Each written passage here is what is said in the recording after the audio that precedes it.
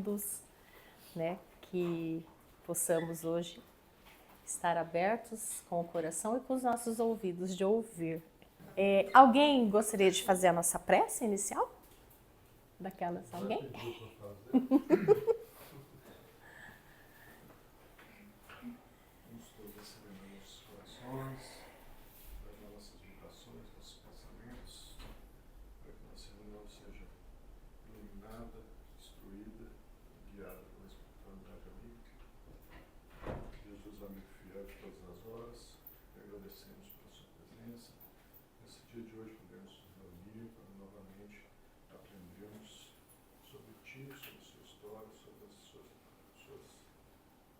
normas, seu amor por todas nós dessa nação. E agradecemos por esse espaço, por harmonia, por esses irmãos dispostos a estar aqui, entregando suas dedicações, seus minutos, suas horas de estudo, para que possamos acompanhá-los e termos esclarecimentos devidos. Não há livro nem nada, e agradecemos por esse dia, por essas mães que aqui estão, por esses filhos que aqui estão, e pedimos que derrame por sobre nós a luz do seu nome sagrado. Que assim seja. Que assim seja, graças a Deus e graças a Jesus. Que lindo, muito obrigada. Francis, lê pra gente. Sim. Hoje o nosso tema foi escolhido com muito carinho, né? A gente vai com doses homeopáticas, segundo a luz da nossa doutrina reveladora, segundo o Evangelho e o Livro dos Espíritos. Ser família, um compromisso com a vida. Então, de uma maneira mais leve, de uma maneira mais objetiva, vamos entender e estudar um pouquinho mais, né? Sobre o porquê que estamos juntos. Por que eu sou amiga da Mira e não sou amiga de outra pessoa? Por que escolhemos estar aqui entre amigos? Por que os nossos laços vão sendo criados? Por que estamos na mesma família, né? Em papéis diferentes, mas no mesmo ambiente? Que Jesus possa nos abençoar, né? Me abençoar para que eu consiga aí transmitir com muito carinho e amor o que eu preparei para vocês. Então, para começar, Francis, por favor. Então, eu vou ler uma passagem aqui do Evangelho segundo o Espiritismo, é o capítulo 14, honrai vosso pai e vossa mãe, é o item 8. Parentesco corporal e parentesco espiritual. Item 8. Os laços de sangue não determinam necessariamente os laços espirituais. O corpo gera o corpo, porém o espírito não é gerado pelo espírito, porque já existia antes da gestação no corpo. Não foram os pais que geraram o espírito de seu filho. Eles apenas forneceram-lhe um corpo carnal. Além disso, devem ajudá-lo no seu desenvolvimento intelectual e moral para fazê-lo progredir. Os espíritos que encarnam numa mesma família, principalmente com parentes próximos, são quase sempre ligados por laços de simpatia, unidos por relações anteriores que são demonstradas na afeição mútua durante a vida terrena. Pode acontecer também que esses espíritos sejam completamente estranhos uns aos outros, separados por antipatias igualmente anteriores, que se manifestam por suas aversões na terra, e elas servirão de provação entre eles. Portanto, os verdadeiros laços de família não são os da consanguinidade, mas sim os da simpatia e da afinidade de pensamentos que unem os espíritos antes, durante e depois da encarnação. É assim que dois seres nascidos de pais diferentes podem ser mais irmãos pelo espírito do que se fossem pelo sangue. E que assim seja. Graças a Deus. Graças a Deus e graças a Jesus. Isso é só uma introdução, né? Para a gente entender que tudo tem um propósito. A nossa base de estarmos juntos, ou vamos passar por provações e reparações, ou realmente, como o Francis disse, só são reencontros harmoniosos, que também são permitidos. Se a gente pergunta assim, se eu perguntar para vocês, o que é família? Eu fui no dicionário, se a gente for buscar o que é família. Família é um grupo social primário formado por pessoas unidas por laços de parentesco, biológico, legal ou por afinidade, afetividade ou convivência, geralmente vivendo em um mesmo lar. Na lei do homem é isso aqui. É família. Se alguém perguntar o que é família, a gente pode resumir nessas palavras. Mas, segundo a doutrina, se eu A gente pergunta, o que é família? A família é uma escola de aperfeiçoamento moral, um núcleo de amor e de progresso espiritual, onde espíritos se reencontram para reparar o passado, fortalecer os laços de afeto e aprender a viver a lei de amor ensinada por Jesus. Ela não é fruto do acaso, mas parte da lei divina. Então, a visão espírita, ela nos mostra, conforme o Francis colocou, que é muito além. Tem um porquê. A gente não é só família porque teve um pai, teve uma mãe. Se a gente for ver aí os nossos antepassados, quem são os nossos antepassados? Quem são os meus pais? Quem são os meus avós? Quem são os meus bisavós, tataravós? O resto acho que eu nem lembro, não sei nem falar. São outras gerações. Isso, biologicamente, é a nossa genética física, carnal. E a nossa genética espiritual? Da onde vem? Ele explicou que os espíritos precisam do pai e da mãe para gerar o corpo físico, mas o espírito já existe. Mas ele precisa de uma passagem para chegar aqui. Né? O portal, quem somos os portais? Como o irmão lindamente falou das mães. Não desmerecendo, né, o trabalho dos pais, porque sozinhas nós também não conseguimos, mas temos uma missão grandiosa. Maria Santíssima aceitou uma missão grandiosa. Então a gente tem que ter a certeza de que, antes da gente ser pais, nós somos filhos. Para a gente chegar até aqui, enquanto pais, nós somos filhos. E quem não foi ainda pai ou mãe, a gente não sabe do plano reencarnatório de cada um, mas teremos essa oportunidade, essa vivência. E se a gente ter essa certeza, a gente tem que entender que toda a nossa base emocional, toda a nossa vivência, a gente repassa. É o livre-arbítrio. A gente é ensinado, nós fomos ensinados de geração para geração. Tem pessoas nos tempos mais antigos que eram muito rígidos, depois foi melhorando. Aí estamos na nossa geração. Mas toda a nossa base de educação, principalmente com os nossos filhos e com as pessoas que estão conosco, tem a ver com como a gente foi educado. Tem a ver como eu fui corrigida. Perdão, gente. Tem a ver de como eu fui amado. Tem a ver de como eu fui cuidada. Para eu conseguir ter a minha base. Para eu conseguir ter uma referência de como passar isso adiante. Então, se eu tenho essa certeza, eu tenho que entender que os nossos pais fizeram o melhor que podiam, com o conhecimento que eles tinham. Lembra, a gente sempre está falando aqui, a gente está na nossa melhor versão? Então, eu me vejo como mãe hoje. Coisas que a minha mãe fazia comigo, eu tento evitar. Eu consigo todas as vezes, 100%? Claro que não. Porque, como a gente conversou, é a base. Se isso já está no meu espírito, no meu perispírito, eu já reencarnei, por algum motivo que a gente vai ver, eu preciso entender que não é simplesmente assim, eu vou escolher ser diferente, eu vou escolher fazer diferente. Muitas vezes é além das nossas escolhas, porque a gente tem dentro da gente o nosso impulso, que ainda está em estado para ser melhor. A gente não é 100% bom. Então a gente cai em algumas coisas e não muda esses ciclos. E aí a gente patina, a gente repete, a gente faz de novo. E aí quando a gente escorrega no nosso errinho, o que a gente faz? Ó a culpa aí já atolada, abraçadinha com a gente. Mãe, eu falo que mãe, o sentimento para mulher para ter culpa é mãe. Né? Somos cheios de sacolinhas de complexos. Já falei, a gente não precisa ser complicado, mas complexo todo mundo tem. Como é que a gente lida com eles que vai ser o diferencial. E mãe é um ser que foi escolhido por Deus para falar assim, não, vai, tem que ser vocês. Que senão, não vai dar certo. O pai tem um papel importantíssimo, mas a mãe é que toma a frente de tudo. Nesse sentido, tá bom, meninos?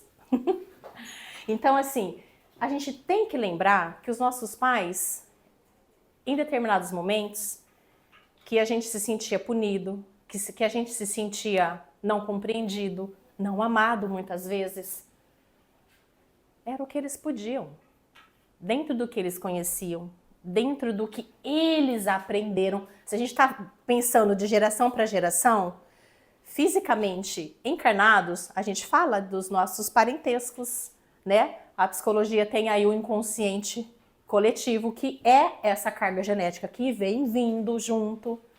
Mas a gente tem que ter em mente o que a doutrina nos ensina. Que os nossos espíritos, eles... eu brinco, às vezes olho para as pessoas e falo, nossa, você é novo, mas seu espírito é um espírito de velho. Quantos anos será que tu tem? Então isso vem sendo passado de geração em geração. E a geração em geração a gente pode chamar de reencarnação para reencarnação.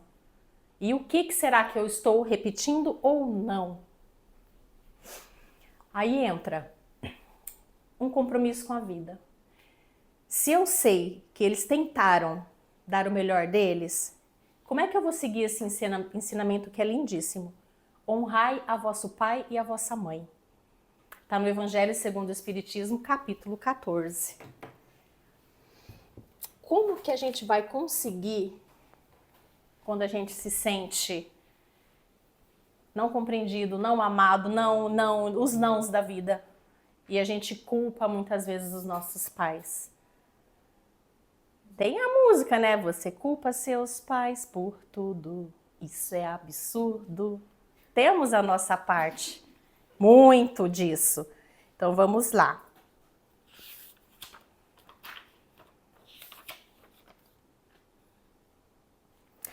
O mandamento honrai vosso pai e vossa mãe é uma decorrência da lei geral de caridade e de amor ao próximo, pois não podemos amar ao nosso próximo sem amar ao nosso pai e à nossa mãe. Porém, a palavra honrai encerra um dever a mais com eles, o da piedade filial. Deus quis mostrar que o amor é preciso acrescentar o respeito, que ao amor é preciso acrescentar o respeito, as atenções, a submissão e a concordância, o que resulta na obrigação de fazer aos pais, com maiores cuidados, tudo o que a caridade ordena para com o próximo. Ele deve se estender naturalmente às pessoas que assumem o compromisso de pais e que tão maior mérito terão quanto menos obrigatório for o seu devotamento. Então, assim, eu tenho que trabalhar minha caridade. Olha meu berço, olha onde eu nasci. Se foi ali que eu escolhi, se dentro do meu plano reencarnatório, por motivos, como a gente já viu, que foi por afinidade ou foi para reparação, eu preciso entender que mesmo com, abre aspas, os defeitos deles todos, a gente tem que honrar. Eu tenho que seguir. Eu tenho que ser fiel aos ensinamentos de Jesus. A caridade começa ali, na imperfeição do outro. Enquanto eu só aponto os defeitos do outro, jogo a culpa sempre no meu pai ou na minha mãe, eu perco a chance de reparar o que está em mim. Peraí, é o melhor que eles podem, da maneira que eles conseguem. Aí a gente começa a trabalhar, ainda nessa vida, a oportunidade de fazer diferente. O que a gente chama, que a gente vê muito hoje se falar, de romper os ciclos, não é? Quem já ouviu esse termo aí no meio? Tem que romper ciclos, tem que não sei o quê, tem que cortar. É sobre isso. Mas aí eu pergunto para vocês, como era o momento de reflexão? Vocês não precisam me responder, mas eu quero que vocês, vou dar um minutinho para vocês pensarem. Como era a sua casa quando você era criança? O que você lembra com carinho? O que você prometeu a si mesmo que faria diferente? Então eu convido vocês a voltarem lá no tempo de infância. Naquele tempo onde a gente era extremamente vulnerável ao meio e a gente tinha que aceitar tudo que nos era colocado. A gente não tinha opção de escolha. Não que hoje tenha, né? Porque a criança não tem coisa que não negocia. Mas como era a infância de vocês? Se eu perguntar para vocês hoje, com a estrutura que vocês têm hoje, com um pouco mais de conhecimento que vocês têm hoje, com a doutrina reveladora que a gente está aprendendo, vivenciando hoje, como vocês olham para essa criança lá do passado? Hã? Eu era terrível. Né? Eu também, eu era um moleque total. Mas as nossas particularidades nos moldam, né? E aí, assim, é isso eu quero ouvir de vocês. O que vocês prometeram aí para quem já tem filhos? Eu vou fazer diferente. Porque eu me lembro quando eu era jovem, né? Adolescente e tal. Minha mãe usava uma frase, gente, é por isso que fala, tem que fazer aquele dicionário com frases de mãe. Ela falava assim pra mim: você vai ver quando você tiver filho. Espera. Você vai ver. Deixa. Faz. Tá bom. Você vai ver quando tiver. Depois você me conta. Aí na hora, o que a gente entende? Ela tá rogando praga em mim, praga de mãe. Não. Em outras palavras, se eu pensar nesse primeiro aqui, ó, hoje, eu pensando nisso, o que eu entendo já com um pouquinho de conhecimento que eu aprendi? Nossa, ela queria me dizer assim, tem coisas que é só vivenciando que a gente vai aprender. Fala isso com a Duda? Acho que eu nunca falei não. Isso não. Então aproveita agora. Não. Não, isso eu consegui cortar. Mas eu vejo hoje, né? Isso que é legal, que quando ela me falava isso, muitas vezes eu ficava bronqueada. Eu falava assim, não, você tá me rogando praga, credo. Né? Lá dentro do que eu entendi ali como gente, hoje eu entendo. Falar assim, acho que ela só queria me dizer. Tem coisas que você só vai conseguir entender quando você vivenciar. E como é que a gente vai vivenciar uma coisa? Só sendo mãe. Não tem outro caminho. Não tinha outro caminho. Então hoje eu entendo que aquela frase não era para me praguejar, para me criticar, era só para dizer assim, tá, você vai ter seu tempo. E ainda ela falava assim, tomara a Deus que você tenha a oportunidade de ser mãe. Eu falava, meu Deus do céu, tenho medo, porque meu sonho sempre foi ser mãe. E eu fui abençoada, graças a Deus. Então, essas falas, a gente traz, eu falo, o que eu prometi para mim mesma que faria diferente? Algumas falas desse tipo, eu falei assim, eu vou evitar ao máximo falar para os meus filhos. Mas tem comportamentos que a gente é tão enraizado, tá tão nos vícios da vida, que a gente não consegue. Quando a gente vê, você já... Porque eu tô mandando. Ponto, acabou. Tem que fazer, eu mando. Eu sou a mãe, eu mando. Então, quando a gente se vê nesse impulso, aí vem o que eu acabei de falar, abre o complexinho, a sacolinha do quê? Da culpa de novo. A gente fala, nossa, eu prometi pra mim mesmo que eu não ia falar isso, que eu não ia fazer desse jeito. Quando vê, eu já gritei. Quando vê, eu já falei. Quando vê, eu já magoei. Aí, o que a gente faz? Entra em oração, chora um pouquinho, pede perdão e vai lá, olha, então, sabe? É um processo intenso até voltar atrás e você se redimir. É sempre muito fácil isso? Claro que não. Porque aí nisso o outro já se magoou também. E eu não sei a carga emocional. Porque pra gente, quando a gente fala, é uma intensidade. A gente nunca sabe qual vai ser a intensidade que o outro tá recebendo. Por isso que é difícil. Às vezes falam, ai, por isso, tá chorando por isso? Minha mãe falava isso também. Por que tá chorando? Larga de ser mole. Se chorar resolvesse. Então, assim, a gente pode listar aqui e ficar a noite inteira listando. Demais, só que uma coisa da minha infância que eu sentia muita falta era os meus pais falarem eu te amo. Meus pais têm 75 anos, então eles, nem entre eles eu não ouvia muito. Então eu acho assim que eles eram uma outra geração, tá bem duro. Porém, agora com os netos, nossa, eu te amo pra lá, eu te amo pra cá. Até hoje pros filhos, eles são assim retraídos, eles não falam, né? Mas para os netos. Isso que você exemplificou, a gente pode resumir nisso aqui, ó. Os nossos pais fizeram o melhor que eles podiam, com o conhecimento e as condições que eles tinham. Porque gente, eu sempre vi a minha avó materna, uma pessoa muito enrijecida, uma pessoa muito bronqueada com a vida, uma pessoa muito dura, uma pessoa que não demonstrava amor, que não dá... Quando eu me dei por gente, que eu falo, quando eu comecei a ter os insights, as percepções do que é a vida adulta e de entender realmente, que uma coisa é a gente se colocar e falar da empatia, a outra é você vivenciar aquilo, é você sentir a dor do outro. Quando você faz isso, você entende que eu tive a identidade, que eu cheguei num ponto que eu falei, gente, peraí, ela não aprendeu a ser diferente, ela não aprendeu o que é o amor, ela não aprendeu a receber amor. Como é que a pessoa vai fazer? É a mesma coisa de eu estar no, sei lá, 6º ano e a professora vir me dar uma prova do 2º ensino médio.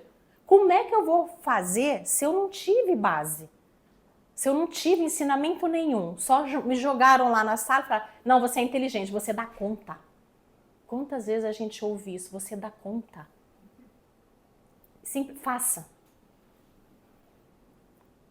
Não teve.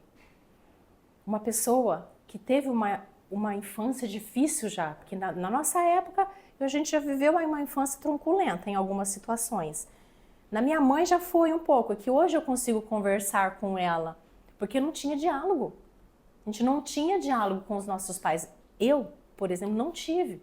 Meu pai, que você falou dos avós, ele pega os netos, sempre pegou. A mim, eu não me lembro do meu pai me pegar no colo, dele me fazer um afago. Eu vou culpá-lo por isso? Claro que não. Se ele não teve, como é que ele ia me dar? Isso foi o que eu pensei, que eu prometi para mim mesma. O que eu faria diferente. Você entendeu? Mas também tem aquela coisa, né? Que os meus filhos eu já eduquei esse daqueles. Então, é uma coisa assim, é uma nova oportunidade de fazer diferente. A geração de netos é isso. A gente fala, ai, tá estragando. Gente, não. Isso é Deus dando a oportunidade para refazimento, para fazer diferente. Se eu errei, por que eu não... Todo mundo não tem direito a uma segunda chance? E por que eles não podem fazer isso com os netos? Que a gente já critica? Né, vó? Então, é sobre isso. Então, tem coisas que a gente tem que lembrar. Como que eu vou honrar o meu pai e minha mãe se eu, às vezes, tenho tanta mágoa, se eu, às vezes, fico tão chateada quando eu lembro de como era a minha infância, de como eles podiam ter feito diferente. Eles podiam, não fizeram. A gente tem que olhar sempre para o nosso passado e pensar, era o que eu podia naquele momento. Se eu tenho isso sempre em mente, eu consigo já ir liberando alguns sentimentos negativos. A minha vibração não vai ficar negativa, porque os nossos laços de família são eternos. Se eu não resolver todos os perrengues agora, o que é que vai acontecer? Eu vou voltar. Não quero, já falei para o Alex, falei só, tu rebola aí agora nessa, porque acabou. Vamos quitar. Eu te liberto, você me liberta, que assim seja, amém. Né? A gente brinca, mas é uma maneira divertida a gente entender. Algum propósito temos. Então vamos fazer direito. Já que vamos fazer direito. Então tudo isso era pensativo e a gente tem que pensar. Então a oportunidade ela é dada a todos. Todos, é igual. Por isso que eu falo, é tudo igual. Deus dá oportunidade igual a todos. O que eu faço com a minha? Depois não adianta eu culpar o meu pai e minha mãe. É o que eu estou fazendo com a minha oportunidade. Aí no livro dos Espíritos, a questão 775. Qual seria para a sociedade o resultado do relaxamento dos laços de família?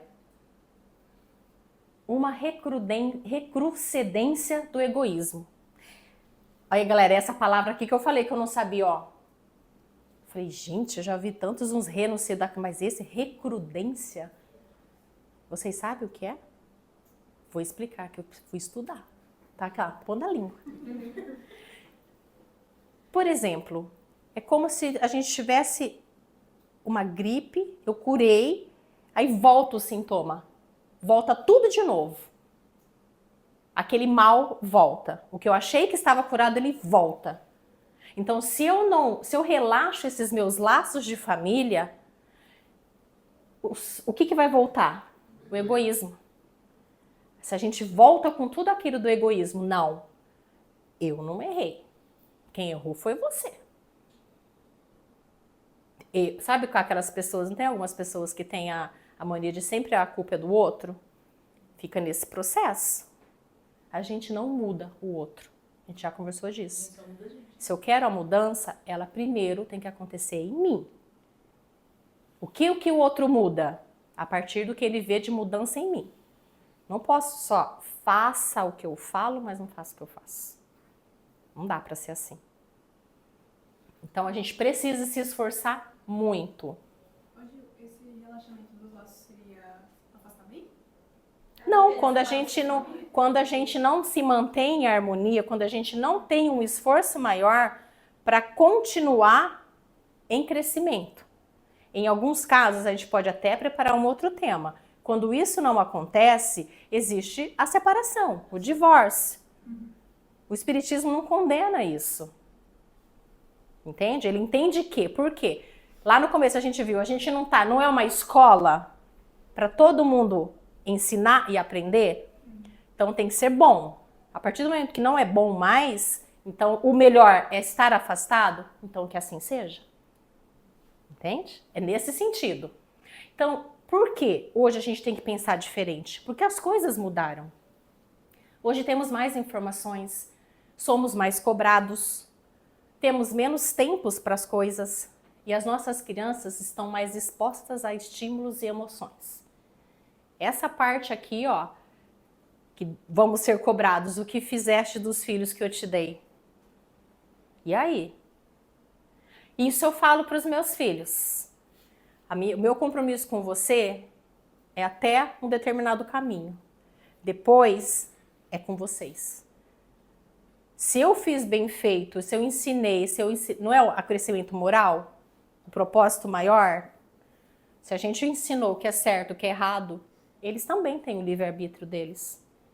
As escolhas depois, eles vão ter já a maioridade, que aí pela lei humana, que Deus permitiu, vai ter as consequências. Toda ação tem uma reação, a lei do retorno. Né? Então, como é que eu posso mudar isso daí? Qual é o meu compromisso com a vida? Ninguém pode ver o reino de Deus se não nascer de novo. Ou seja, eu preciso entender que eu tenho laços a reparar. Por quê? Precisamos reparar os erros do passado, fortalecer antigos laços de amor, desenvolver virtudes, aprender o perdão.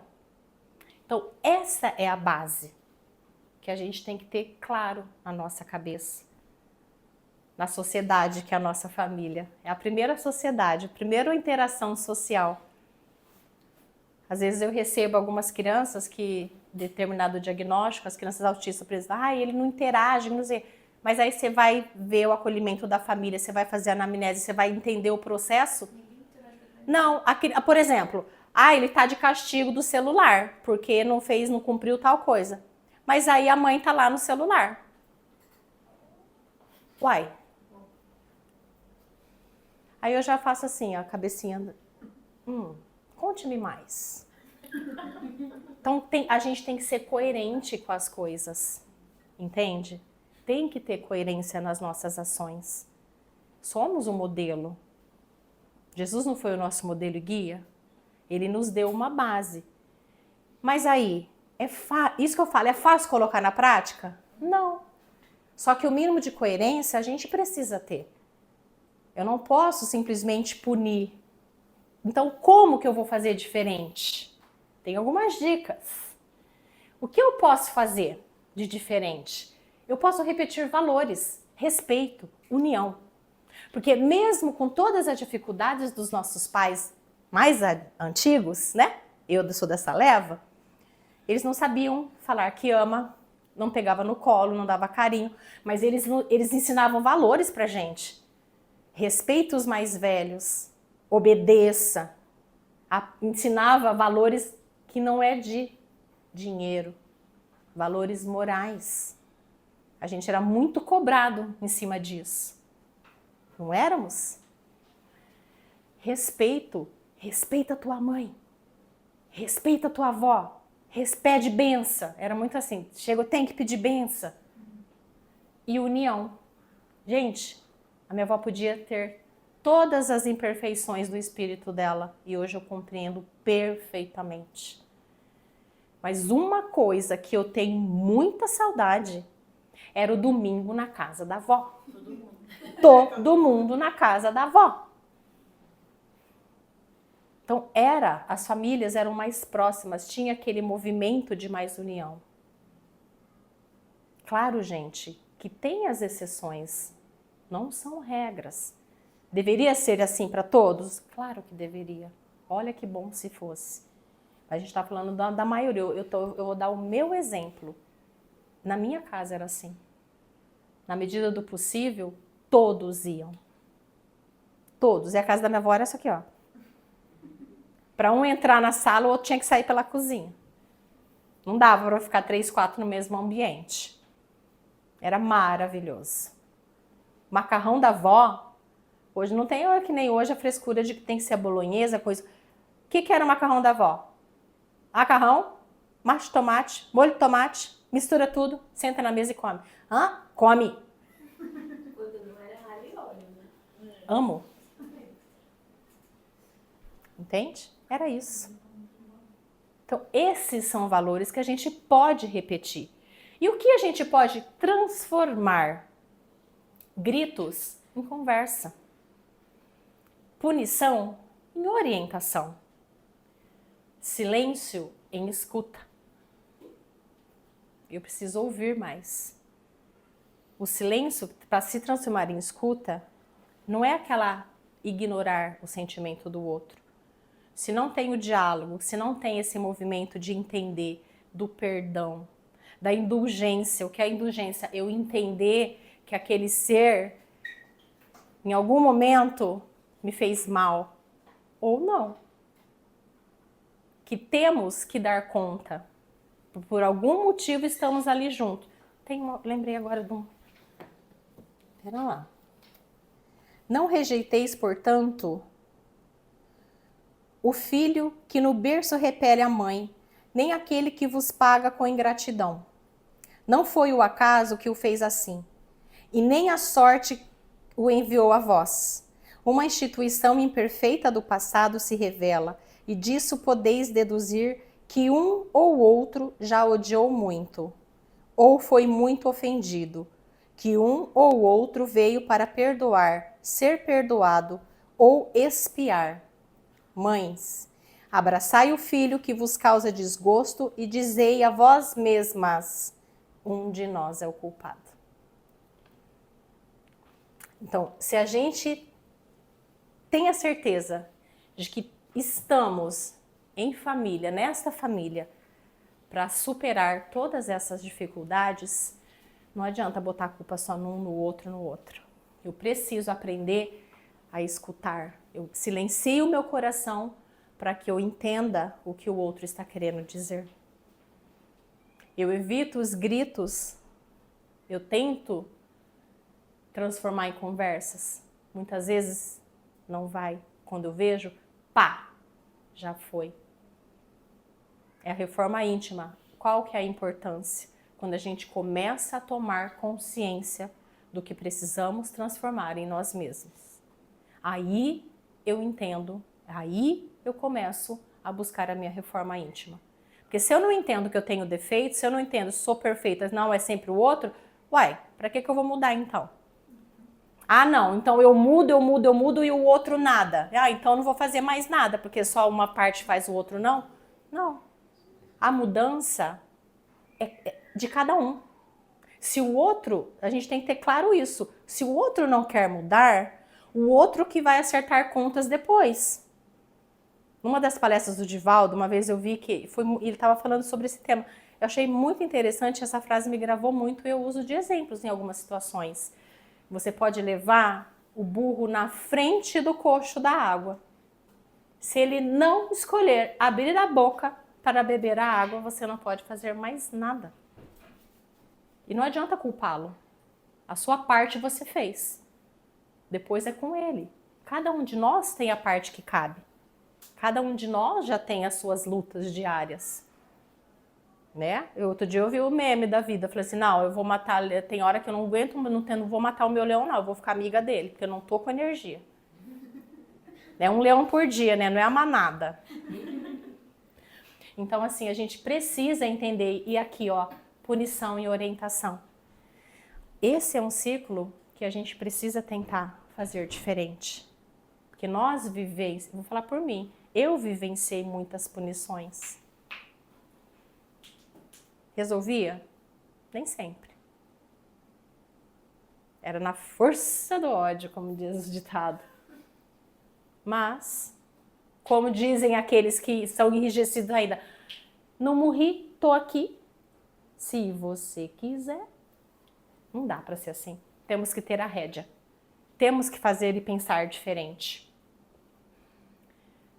O berço doméstico é a primeira escola e o primeiro templo da alma. Essa frase está no livro Jesus no Lar, de Chico Xavier. Então, que a gente possa entender que cada um de nós, dentro da nossa família, temos um papel extremamente importante. Não foi por acaso que escolhemos estar juntos, não foi por acaso que permanecemos ou nos distanciamos. Tudo é aprendizado. Se eu aprendo com a dor, eu também posso aprender com o amor. Da mesma maneira que os espíritos que são imperfeitos se unem, né, pela indiferença, pelo egoísmo, pela situação que tem que disponibilizar mais energia para recuperar-os, tem aqueles que já estão elevados no sentido de, ó, nós vamos voltar, então, ó, dessa vez vai ser mais leve, combinado? Aí faz o combinadinho, bota a mão aqui então, uau! E o plano estrutural todo aplaudindo as nossas vitórias e entristecendo com as nossas caídas. Porque independente de tudo, nunca estamos sozinhos. Existem aqueles espíritos que nesta vida eles se comprometeram simplesmente a ficar lá no plano espiritual. Não, dessa vez vai vocês. Nós vamos ser a retaguarda. Nós vamos estar aqui torcendo por vocês. Quem assistiu o Nosso Lar tem um momento muito bonito. Quando a avó do Elísias, né, ela decide reencarnar para poder ajudar a neta. Ela falou, não, eu vou reencarnar e nesse plano eu vou ser mãe dela. Ela não vai vir como minha neta, ela vai vir como minha filha. Ela não tinha necessidade mais, mas ela escolheu, pelo amor, pela caridade, voltar para direcionar a neta como filha na próxima encarnação. E os espíritos que escolhem, que nos escolhem, né? Eles têm um objetivo para nós e nós temos para com eles. Então, que possamos, a cada dia, olhar para os nossos laços afetivos, porque lembra que o Francis leu no começo? A família não é só o laço consanguíneo. Tem amigas minhas, que eu me dou melhor do que com os meus próprios irmãos. Por que vocês acham, por exemplo, que tem aquela pessoa que você não conhece, você nunca viu, você está vendo pela primeira vez, você olha, você já vê um negócio assim e fala, já escolhe que não gosta daquela pessoa. Que o santo não bateu. O santo não bateu. Coitado do santo, leva a culpa, tá vendo? Como todo mundo tem que levar a culpa. Por quê? O que aquela pessoa te fez? Fala, nossa, mas você acabou de conhecer a pessoa, já escolheu que não me conhece, não sabe quem eu sou, não sabe de onde veio, já escolheu que não gosta de mim. E da mesma maneira, tem aquelas pessoas que você não conhece, nunca viu, e já vê e fala, nossa, cara, que paz que essa pessoa me passa, que não sei o quê, que... Da onde é isso? Da onde vocês acham que é? É dessa vida? Tantas outras que a gente nem sabe, já perdemos até a conta. Ainda bem que a gente esquece também, né? Quantas vezes que a gente já tá voltando. Já pensou? Ia desanimar, né? Então, gente, é persistência que leva ao êxito. É treino que leva ao aperfeiçoamento. Quer ficar bom em alguma coisa? Treine. Sempre faça, olha, tudo que vale a pena ser feito, vale a pena ser bem feito. Gratidão imensa no coração. Aí agora, antes da nossa prece final, eu também preparei uma música para vocês, em homenagem a Maria, que é a nossa mãe maior. Que ela tem uma missão grandiosa, através dela, podemos nos inspirar a sermos pessoas melhores, mães melhores, porque a nossa missão não chega nem perto da que ela escolheu.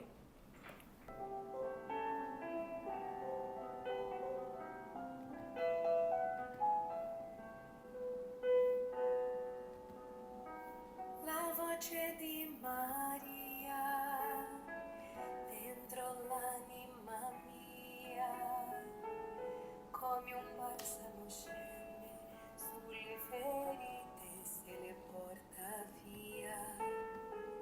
La voce di Maria, dolce melodia, che ci porta il cuore sempre di più nel cuore di Gesù. Le mani di Maria sopra l'anima mia, santa benedizione, la sua protezione per la vita mia. La voce di Maria,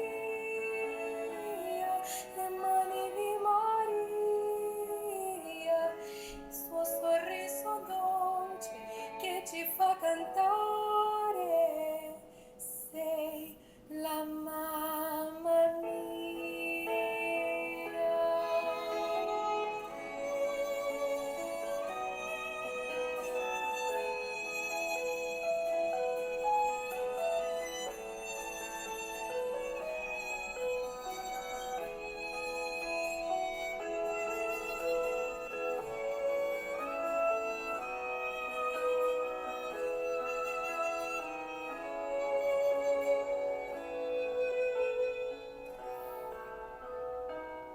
Gli occhi di Maria dentro l'anima mia scavano dritto nel cuore, sciogliendo il gelo e se lo porta via.